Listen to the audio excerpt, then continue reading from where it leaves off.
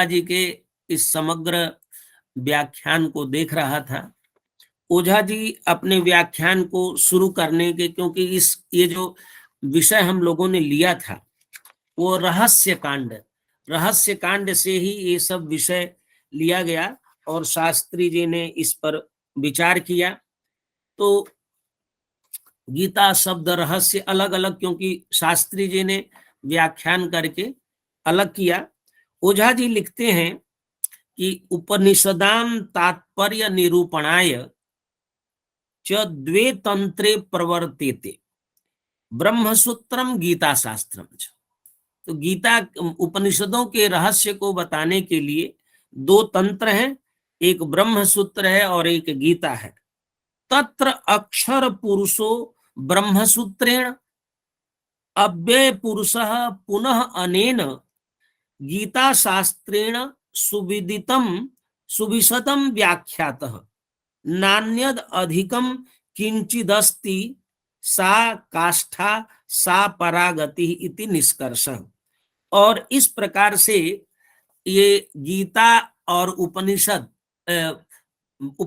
के व्याख्यान करता ब्रह्म सूत्र और गीता किस प्रकार से दो ढंग से, यद्यपि पूरी परंपरा में हम ऐसे समझते आए कि गीता ब्रह्म सूत्र, फिर गीता और इन दोनों के आधार पर ब्रह्म सूत्र, फिर आगे वो लिखते हैं कि विषय विवेचन की दृष्टि से ये भेद किया और फिर कहा आगे चारों पुरुष अक्षर क्षर आदि का विश्लेषण करते हुए, फिर मैं सारे विषय नहीं ले रहा हूं कि समय का अभाव है। उसके बाद उन्होंने कहा त्रियोग के ऊपर, तीन योग के स्वरूप पर उन्होंने कहा यह ही गीतायाम योग शास्त्रे त्रयो योगा उपदिश्यन्ते कर्म योगो भक्ति योगो ज्ञान योगो इति ते चैते त्रयोपि योगाः वैदिकाः। तीन ये सर्वत्र प्रचलित परंपरा है और उसी की दृष्टि से तीन तीन अध्यायों, छह अध्यायों का तीन ग्रुप बनाया गया।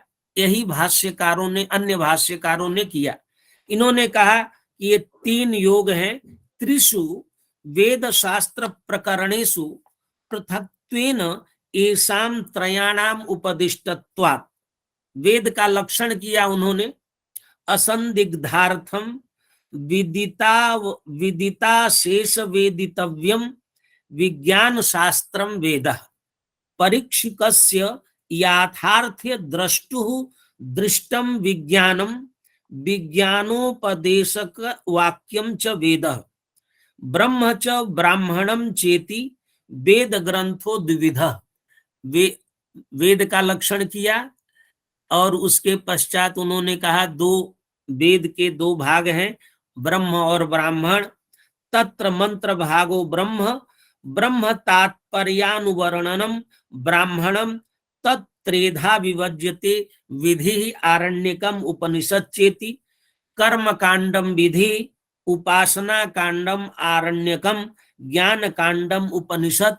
इस प्रकार से इनका विवेचन करते हुए वो पहुंचते हैं, इन तीनों योगों का विस्तार से विवेचन करते हैं। और इसमें दो हमें विषय दिख रहे हैं, दो जगह। एक जगह शास्त्री जी भी खुद लिखते हैं गीता रहस्य नाम में कि ये ब्रह्म को त्रिधा विभक्त करके कर्म और ज्ञान और उपासना, ये तीन भेद किए गए। और ओझा ये दिखाना चाहते हैं शास्त्री जी और ओझा जी कि ज्ञान कांड और कर्म कांड तो पहले से प्रचलित था और भगवान उपासना कांड, जिसको वो बुद्धि योग कहते हैं, उपासना कांड को, इस मत को वो प्रचारित करना चाहते हैं। उसको उद्धृत करते हुए ये में मतमिदम नित्यम मनुतिष्ठन्ति मानवा श्रद्धावंतो न सूयन्तो मुच्यन्ते तेपि कर्म भी। यहाँ पर वो उपासना कांड में हमें दिखाते हैं कि ये बुद्ध योग उपासना कांड का विषय है। ओझा जी भी 2-3 जगह लिखे हैं और शास्त्री जी लिखते हैं। यहाँ पर उन्होंने उपासना कांड के ही, जिसको बुद्ध योग कहते हैं, उसी को चतुर्धा विभाग किया।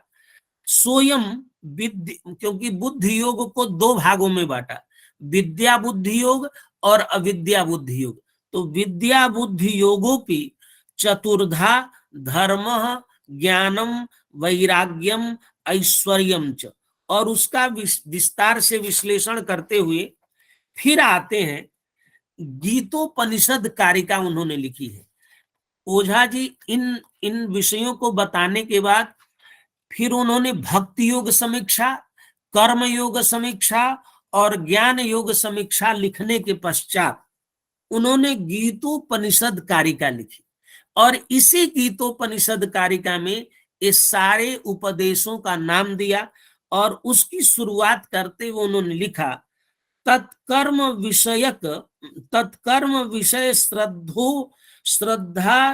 श्रद्धा उपपादिका विद्या तद उपनिषद साच इह गीतायाम चतुर्विधा कर्मयोग निष्ठा, ज्ञान योग निष्ठा, भक्ति योग निष्ठा और बुद्धि योग निष्ठा। यहाँ पर वो 4 कर दिए, और अन्य जगह उन्होंने उपासना के अंतर्गत बुद्धि योग को वहां पर रखा। और इसी गीता उपनिषद कारिका में अपने सारे विचार बुद्धि योग पर, कर्म योग और ज्ञान योग पर विस्तार से ओझा जी नहीं लिखते हैं, केवल बुद्धि योग को विस्तार से विवेचित करते हैं, और प्रत्येक का उपदेशों में विवेचन करके वो भी संकेत मात्र करते हैं। राजर्षि विद्या में 8 उपनिषद, तो इस प्रकार से शास्त्री जी ने उसको विस्तार दिया है। शास्त्री जी अपने हिंदी भाषा, ओझा जी तो एक एक लाइन में लिखे हैं, और कारिकाबद्ध है, उपनिषद कारिका।